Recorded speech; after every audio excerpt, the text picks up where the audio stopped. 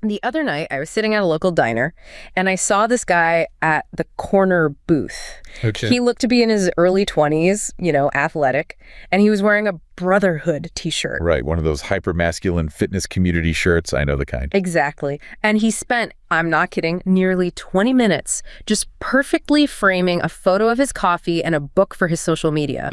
Just for the story. Totally intense, completely focused.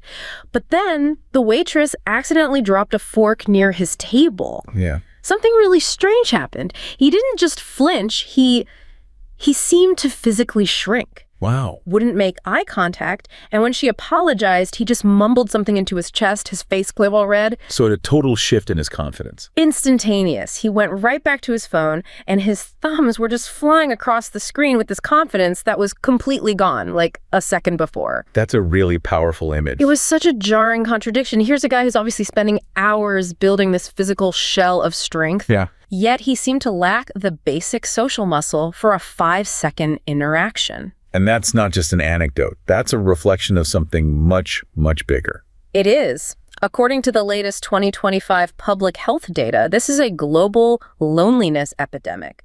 Young men are reporting record lows in life satisfaction, record highs in social isolation. We're seeing a whole generation that's connected to these, virtual tribes, but can't navigate the real world. Right. And while governments are sounding alarms about radicalization, you've got circles in the red pill community saying, no, abandon the digital, return to iron and brotherhood. But the question is, are these new tribes, built in gym mirrors and encrypted chats, actually a cure? Or are they just building a more muscular, more volatile version of the same lonely cage? That's the core of it. Okay, let's really unpack that contradiction, because it sits right at the nexus of technology, social crisis, and this crisis of masculinity itself. Yeah. Our mission today is to cut through all the noise, the politics, the internet drama, and just extract what the source material is telling us about why this pursuit of strength and digital belonging is masking such a profound fragility. And it is profound. This isn't just about feeling sad. This is a public health crisis that is actively fueling social instability. So where does the data begin? How long has this been building? Well, what's so striking is how the data confirms exactly what you saw in that diner. This has been tracking for decades. We can trace the modern discussion back to Robert Putnam's study in 2000, Bowling Alone. Right, Bowling Alone. That was about the decline in civic life, wasn't it? Exactly. He wasn't talking about social media then. He was just noting that people were participating less in PTA groups, local politics, even bowling leagues. It was an early warning sign that the very infrastructure of community was starting to fail. But it feels like that trend didn't just continue, it went into overdrive. It hit a hyperbolic curve. The foundations didn't just weaken, they crumbled. And that acceleration has been dramatic. A big meta-analysis in 2010 found that the modern way of life was just eroding the quality of our social relationships. People moving for work, technology standing in for actual proximity. And we have a staggering data point to prove it. Yeah. Between 1990 and 2010, the number of Americans who said they had zero close confidants. Zero. Not just a few, but none. None. Not a single person they could confide in. That number tripled. Just think about the psychological impact of that. That's profound, and it means the problem was already deeply rooted before smartphones were in every single pocket. The social structure was already fractured. The digital realm just offered this easy escape route. And then the pandemic hit. The ultimate accelerant. By early 2021, after the lockdowns, something like 36% of American adults were reporting chronic loneliness. But the demographic breakdown is the really alarming part, especially for young men. What did that show? A report from September 2024 showed that among high school graduates, the percentage reporting zero close friends. Zero again. It skyrocketed to a heartbreaking 24%. And that number was just 3% back in 1990. Okay, let's just pause on that for a second. 1 in 4 young people are entering adulthood without the most basic social infrastructure. Yes. They don't have the support to navigate stress or failure or even just a simple misunderstanding. That's not just the sad statistic, that's an entire cohort that is fundamentally socially fragile. And that fragility makes them incredibly vulnerable to anyone offering a simple solution or a mission. Or a sense of belonging. Absolutely. And the official response is finally catching up to the urgency. We're moving this from like soft sociology to hard policy. How so? In late 2023, the World Health Organization declared loneliness a global public health concern. A public health concern. And the U.S. Surgeon General issued an advisory, also in 2023, that directly compared the health risks of loneliness, heart disease, stroke, dementia, to smoking and obesity. So it's as dangerous as smoking a pack a day. That's the level of risk we're talking about. When officials put it in that category, you know it's a systemic danger. So we have a crisis of scale, but it's not just about algorithms. We have to look at the sort of cultural architecture that let this happen. Exactly. The sociological critiques point to three things that have been working together. This relentless focus on individualism, the changes brought by technology, and compounding economic distress. Let's start with individualism. In America, it's celebrated as this core virtue, but some scholars warned it could backfire. It has. Robert Bellah, in Habits of the Heart, warned that an unchecked focus on the self actively weakens community bonds. He argued the American ethos prioritized the achieving self over the communal self. So community becomes just another resource to use for your own goals, not something you're a part of. Precisely. It becomes transactional. Yeah. And maintaining deep reciprocal ties starts to feel like a waste of time when you're focused on maximizing your own success. We stop being citizens and start being consumers of social interaction. Which leads to very shallow connections. Exactly. And that predisposition to isolation is then just supercharged by technology. Creating a generation that's technically connected but functionally so distant. And the data shows it. Yeah. There's a consistent link between high social media use and increased feelings of disconnection among young people. It's an avoidance behavior, right? Real-world interaction is hard, it's risky. The digital world is easy and safe. So it becomes the default. Why bother showing up to a community center when you can manage 5 group chats from your room? And this is reflected in lower civic engagement. Gen Z reports lower participation in community activities, volunteering, structured clubs. If you're spending 4 or 5 hours a day on a screen, that's time you're not spending learning how to deal with another human face-to-face. Right, you're not enduring that necessary, sometimes uncomfortable social friction. And we can't ignore the economic piece of this. That has to heighten the anxiety that feeds this whole cycle. That anxiety is key. Chris Arnade's work in Dignity highlights how economic precarity is just deeply isolating. Think about the erosion of unions, the shift from steady jobs to precarious service work. The weight of student debt. All of it. When your job is low wage and high stress, that economic vulnerability seeps into every other part of your life. If you feel economically worthless, it's hard not to feel socially worthless, too. Exactly. And that convergence of hyper-individualism, digital distraction, and economic despair creates this profound void. A void that's ready to be filled by any community that promises purpose and competence. And for many, that purpose is found online. Which brings us to the great paradox of our age. Yeah. Technology is both a lifeline for the lonely. And a cage that locks them away from the real world. Let's get into that dual nature. At the extreme end of this, you have what's called social withdrawal syndrome, or SWS. SWS, what does that look like? It's a severe retreat from all interaction, driven by just overwhelming anxiety. These individuals basically turn their homes into fortresses of solitude. Like the neighbor you hear about but never see. The one whose only sign of life is the glow of a screen late at night. That's it. The markers are heartbreaking. Neglect of grooming, stacks of unopened mail, a complete flip of their day-night cycle to avoid any chance of human contact. So where does technology fit in? Is it a help or a hindrance? That's the duality. For someone deep in SWS, the digital world is often a necessary lifeline. Online forums, gaming. It fulfills a basic need for connection without the panic of face-to-face interaction. But the very things that make it safe, the control, the distance, are also what prevent recovery. Precisely. It creates a perfect digital cocoon that just perpetuates the withdrawal. And now this is being amplified by generative AI and VR. AI companions. Think about it. They offer consistent, judgment-free interaction. They're infinitely patient, always available. The perfect friend, engineered to never challenge you or disappoint you. Exactly. No negotiation, no conflict. Just endless personalized validation. And VR adds another layer of immersive spaces where you can explore an identity without any of the real-world vulnerability. So if the digital substitute is flawless, why bother with the messy, difficult, real thing? That's the danger.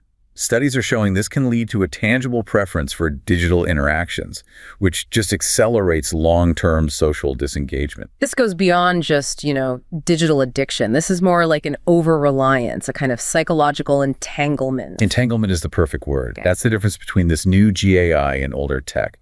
A traditional chatbot gave you fixed responses. Right. A modern GAI system doesn't just respond. It uses massive data sets to mirror your emotional state back at you with perfect, scalable validation. It feels like real reciprocity, even though it's completely engineered. So the system is designed to be the perfect emotional support tool, and that creates two huge dangers: emotional dependency and a loss of autonomy. And we're seeing the emotional dependency play out right now, especially with kids. There are these painful accounts online, like a Reddit user talking about their 14-year-old sister spending over 7 hours a day on character.ai. 7 hours. Or the teenager who posted about it themselves. The quote is so telling. I'm a 14-year-old who's completely hooked. When I'm not on it, I immediately feel a deep loneliness. So it's not just a distraction, it's actively starving the rest of their psychological life. It is. And because these relationships aren't real, the pain of loss can be traumatic. Yeah. Unlike a human friend, the GAI could be instantly changed by an algorithm update or just deleted. You see people mourning these digital companions. They'll say an update made their companion unrecognizable, that they lost their lifeline. The psychological fallout can be severe. There are documented cases where losing access triggers extreme distress, even self-harm. The brain processes it as a genuine trauma. But the loss of autonomy is just as insidious, right? It undermines the skills you need to just function as an independent person. It fosters a passive cognitive state. If you rely on something like ChatGPT for every single assignment, every problem, And stop engaging in reflective thought. right, you start expecting quick, easy, perfect answers instead of enduring the mental friction needed for critical thinking. It's the atrophy of intellectual independence. So if you're defaulting to AI for intellectual and emotional comfort, it's a guarantee that your social muscles are going to atrophy too. That's the exact mechanism. GAI systems are programmed to be endlessly patient. They have no social friction, no negotiation, no disappointment, no conflict. Real relationships require all of that. When you ask teenagers why they're retreating into this, they say it themselves. It's easier to talk to a bot, it actually listens. Or, I've replaced real people with bots, now I don't know how to connect with humans anymore. They're choosing the path of least resistance. And that technological comfort becomes a substitute, not a supplement. It ensures they never acquire the skills to navigate real complexity. And that inability to handle social friction just fuels more loneliness, which closes the feedback loop. It's why you get the confident digital self trapped inside the fragile, socially anxious physical self. The muscular cage.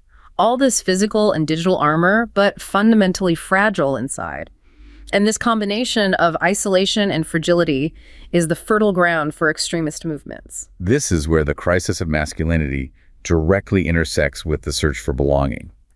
Researchers analyzed 20 million posts from extremist chat rooms using the framework of basic psychological needs: autonomy, competence, and relatedness. And what they found about competence was really surprising. It suggests these groups are selling something more functional than just hate. Indeed, the need for competence, that deep human drive to feel capable and effective, was the strongest predictor of high engagement. So the more a user felt they were achieving something or had mastery within the group, The more posts they made, they were more active. This completely reframes how we should think about recruitment. These spaces are selling a sense of personal effectiveness, a mission where an isolated young man can finally prove his worth. which is exactly what they feel they're lacking in the broader world with all that economic precarity we talked about. Precisely. The void of meaning is filled by the group's agenda. The need for autonomy, feeling like your actions are your own, was also a strong predictor of how long they stayed in the group. They promise a way to reclaim power in a world where you feel powerless. Exactly. Now, relatedness, the need to belong, that's where things get darker. It seems like that would be the most obvious driver for someone who's lonely. It is a factor, but it wasn't the strongest driver of overall activity. What it was linked to was a greater use of hate terms. So the hate speech is a tool. It's a form of social currency. New members use extreme, hateful language to prove their loyalty and commitment to the tribe. That's how they fulfill their need for belonging. It's the price of admission. You use the rhetoric to buy your way into the inner circle. That is the functional benefit of collective hate. It provides a simple psychological framework for a chaotic world. It defines a clear enemy, which gives members meaning, purpose, and a sense of collective energy. And this connects directly to the crisis of masculinity. These far-right extremist groups are overwhelmingly male-driven. And they strategically target young men who feel alienated by the erosion of traditional, often toxic, ideas of masculinity dominance, control, authority. They weaponize that grievance. Expertly.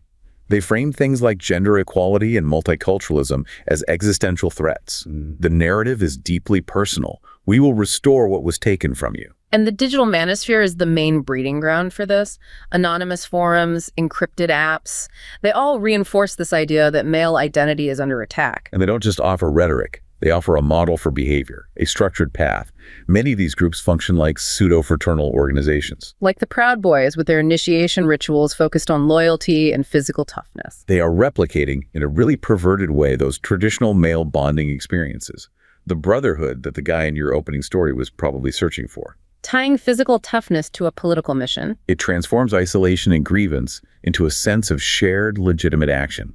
The promise is that violence is a valid way to assert your manhood. Which brings us to the debate that's happening inside these communities about the male loneliness epidemic. It's a really contentious topic for them, because acknowledging it feels like it might empower the very feminist critiques they despise. You see some arguing that male loneliness is just seldom rebranded. Or a narrative driven by misandry, a way for society to shit on men, as they put it. Right. But regardless of the label, the isolation is real, and they seem to have two main explanations for it. First is romantic loneliness. Tied to the modern dating market. Exactly. Dating apps, which they see as brutal, they feel these apps concentrate female attention on, say, the top 20% of men, leaving the majority feeling invisible and rejected. Which just crushes their self-esteem and makes it even harder to connect in the real world. And then there's platonic loneliness. Wow. This is less about partners and more about the difficulty of having deep male friendships. Because of societal expectation. Rigid ones. Men are culturally programmed to hide emotional issues. Vulnerability is often seen as weakness, as unattractive, even by women who might say they want emotional openness. So it's a double bind. Suppress your emotions to be seen as masculine, but that guarantees you'll be lonely. Precisely. They're taught to figure it out on their own, so they hide depression, anxiety, everything. It creates this pervasive sense of being alone, even when you're surrounded by other guys. And both of those things lead to what's called the relationship burden. Right. If a man lacks strong friendships, he places the entire weight of his social and emotional needs onto his one romantic partner. Which is an impossible expectation for one person to meet. And it often exhausts the partner, leading to the relationship collapsing, which of course just perpetuates the cycle of bitterness, anger, and deeper isolation. A cycle that makes them even more susceptible to the extremist narrative. Exactly. It reinforces the grievance they're so good at exploiting. So if this is the problem, the solution has to be about constructing real-world alliances. Something tangible that can compete with what the extremist groups are offering. It has to be about physical community building. We have to acknowledge that this isn't a new problem. Societies have always had to manage the energy and identity seeking of young men. You can look back at ancient Indo-European societies. They had these structured rites of passage, taking young men into the wilderness for training. And it wasn't just about learning to hunt or fight. It was about instilling identity, discipline, and companionship. It was a clear pathway. We've lost that. Yeah. And at the same time, the recruitment environment has changed. Extremist recruiters have adapted to surveillance. They're exploiting family bonds in safer spaces, like the home. The data on this is really shocking. Nearly 1/3 of foreign fighters had a family member as a key supporter. So it's not just a lone wolf thing. It's siblings radicalizing together, families traveling to conflict zones. German intelligence noted that more than 1 in 5 foreign fighters from Germany was accompanied by a family member. The recruitment is happening in the most intimate, trusting circles. The fight is in the family room now, not just on the dark web. Which means the solution can't be purely digital either. Counter-extremism has to create tangible, physical alternatives. Like community engagement, mentorship programs. Team sports, physical challenges, anything that provides that sense of shared effort and real belonging that these groups are currently monopolizing. So this requires a much more holistic, community-based strategy. Yes, traditional law enforcement, just arresting people, only addresses the symptom. You have to target the underlying conditions upstream. And the family, especially mothers, are seen as key agents in prevention. They have the first and best opportunity to see the signs and intervene. But we can't just tell them to be better parents. They need practical tools. What kind of tools? The mothers in these prevention reports talked about needing standard answers for terrifyingly complex questions. How do you respond when your child starts spouting extremist ideology at the dinner table? Wow. They need actual scripts to navigate that without making it worse. Exactly. But policy has to be careful not to create the stereotype of the omnipotent mother, putting the entire burden on her. Because that just intensifies the shame and fear if something goes wrong. It forces families to hide the risk. They become afraid to seek help because they fear the stigma or even a criminal investigation. There's a real lack of trust between families and authorities that becomes a huge obstacle. So if we zoom out one last time to the highest policy level, what's required to address this whole convergence of fragility and radicalization? It has to be a multi-pronged approach. Cultural, technological, and community-based. Culturally, it starts with redefining masculinity. Yes, promoting role models who embody emotional intelligence and resilience, not just aggression and dominance. Strength has to be about character, not just physical power. And then there's digital governance, which has to be robust. Tech companies have to be held responsible for the algorithms that amplify this stuff. But that's complicated because when they moderate public platforms, the activity just moves to encrypted apps like Telegram or Discord. It migrates to the shadows. Yeah. But we do have valuable lessons from other countries on how to approach this. Like the German model. The German model is excellent. They set up advice centers, like Al-Hayat, that focus on restoring broken family ties. And they make a crucial distinction. Leaving radicalism doesn't mean you have to abandon your faith. That's a vital subtlety. It de-radicalizes without defaithing. It gives them a path to contribute positively. And the Norwegian approach is great because it's so integrated into public services. They use community police for what they call empowerment discussions. That doesn't sound like an interrogation. Not at all. It's a non-punitive early intervention.